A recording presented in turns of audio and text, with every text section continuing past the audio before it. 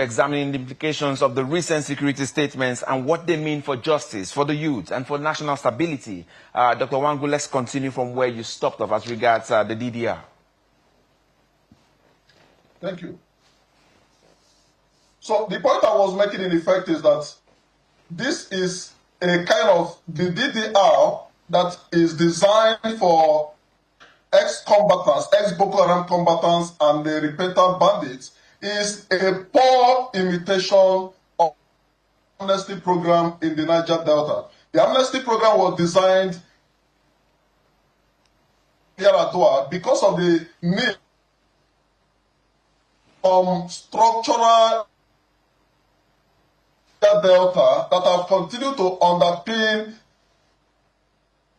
degradation, ecological, the complete disempowerment and the disconnection of the ordinary people in the Niger Delta from their traditional economic activities like farming, like fishing, and the rest of them. So what happened in the case of Boko Haram and the bandits was that the government of the day under Buhari and the other subnational governments the government of Katsina State, Zamfara State, and the rest of them in northwest Nigeria, they also came up with their own amnesty package. So it's a poor imitation of what happened in the Niger Delta. And it is not surprising that they have continued to fail spectacularly. Now, I have already mentioned a number of things before now, and the other thing that might be important to mention is that most of these people that are reintegrated into the society were not properly rehabilitated. And that's why even the communities where they come from, in most cases, they had protested against space because they consider them as a threat. These are people that have not been properly rehabilitated and they are being reintegrated. Then the most annoying part or provocative part is that some of them have also been integrated into the security sector. We have them in the military, we have them in the police, in the DSS, and the rest of them. And in most cases, we hear about the ambush against our soldiers, ambush against some security forces. Where do you think this is coming from?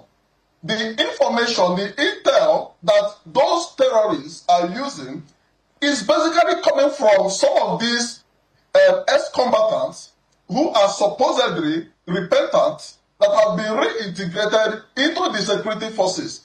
So it has been a problem. It has continued to undermine even the counter-insurgency effort in Nigeria. And that is not a good commentary for our security strategy. Then apart from that, I've already talked about victim marginalization. The case of many IDPs still housing victims of all these terrorist activities. Meanwhile, the perpetrators are enjoying in different camps where they are undergoing training or in the security service where they are rendering one level of service or the other. Then another issue also has to do with the fact that there was no proper judicial process for their trial and the prosecution before they were not convicted before any form of amnesty was considered. And if you remember, this is one of the issues I had with the case of Nnamdi Kanu. You know, when many people were championing for Nnamdi Kanu to be granted amnesty, I was asking, based on my experience, on what basis, on what grounds should Nnamdi Kanu be granted amnesty when he has not been convicted? Amnesty, if we are following the judicial process, can only come after a conviction has been, established. So it is now that Nnamdi Kanu is serving his jail term in Sokoto prison that we can begin to talk about amnesty for Nnamdi Kanu. That is the right procedure, the right judicial procedure. So in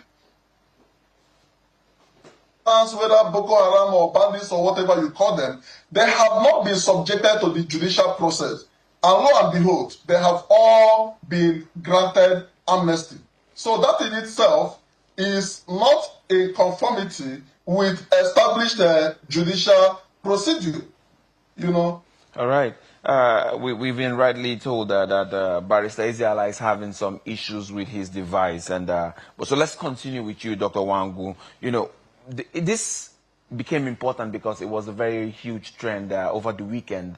The young people have been asking various questions. I mean, there have been so many questions they've been asking as regards those comments. And one major focus for them is what happens, you know, what kind of message does that kind of statement or the statements we are hearing from security apparatus, what kind of message does this send, you know, to the victims or those whose livelihood have been shattered? What kind of message does it send out?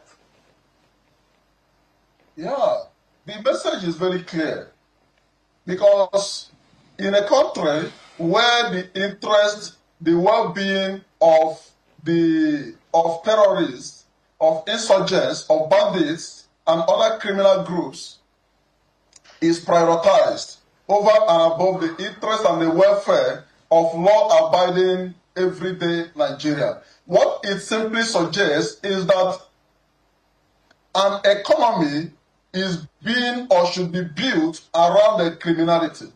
So now, when you look at it, it simply suggests that it is profitable. It is profitable to engage in crime. It is profitable to engage in terrorism.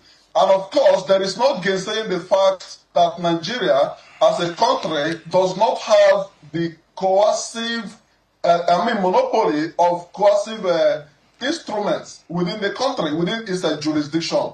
So we have so many violent non-state actors in Nigeria of today.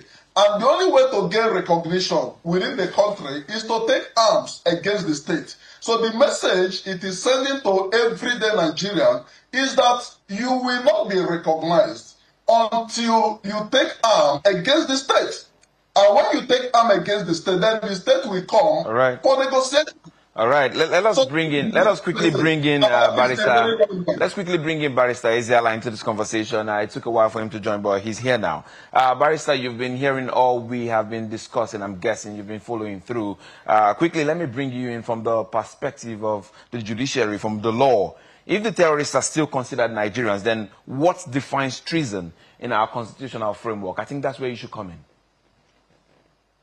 Okay, yes, thank you for inviting me, and sorry for the problem we have with the IT. Terrorism in itself, we already know, is against the states. What you may call that is an action that is against the state when you take up arms against the state, or you do kidnapping, or you do all sorts of things. Now, some people may also consider the issue of treason, which may also come. Treason is also when it's against the authority of the state, the president, or activities that are meant to overthrow the government. That is treason. Terrorism is an international crime at all times, in all states, everywhere. Terrorism is an international crime, and is subject in most states is capital punishment.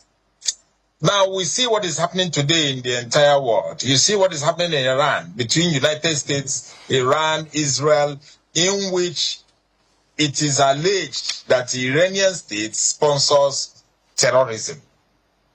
Today in Nigeria, we still have a lot of non-state actors that we have accused of being part of terrorism. We see it especially in the north, and they are there. The problem we have is that the states seem not to have the capacity to contain these non-state actors. The states have continued to negotiate with them, paying them. So we do not know whether some individuals within the state, that is, I mean, some individuals within the government is partnering with them to give them money to buy more ammunition, to be able to be capable of doing what they are doing. Today, the entire Northeast, Northwest, including North Central, is gone. They are moving down south. They are moving into Ondo states, relatively, of course, they are in Kwara. So I think the states, I don't really understand what is happening. Most Nigerians do not really understand what is happening today. All right. Barrister, if you hear me, in 1 minute, Barrister, in just 1 minute, because we're almost out of time, where do we go from here?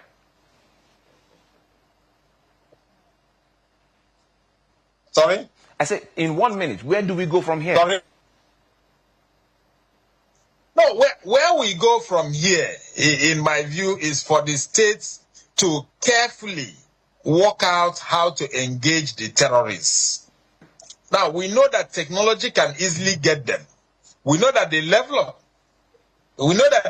of technology we have today can actually take the war to wherever they are. We have some collaborators.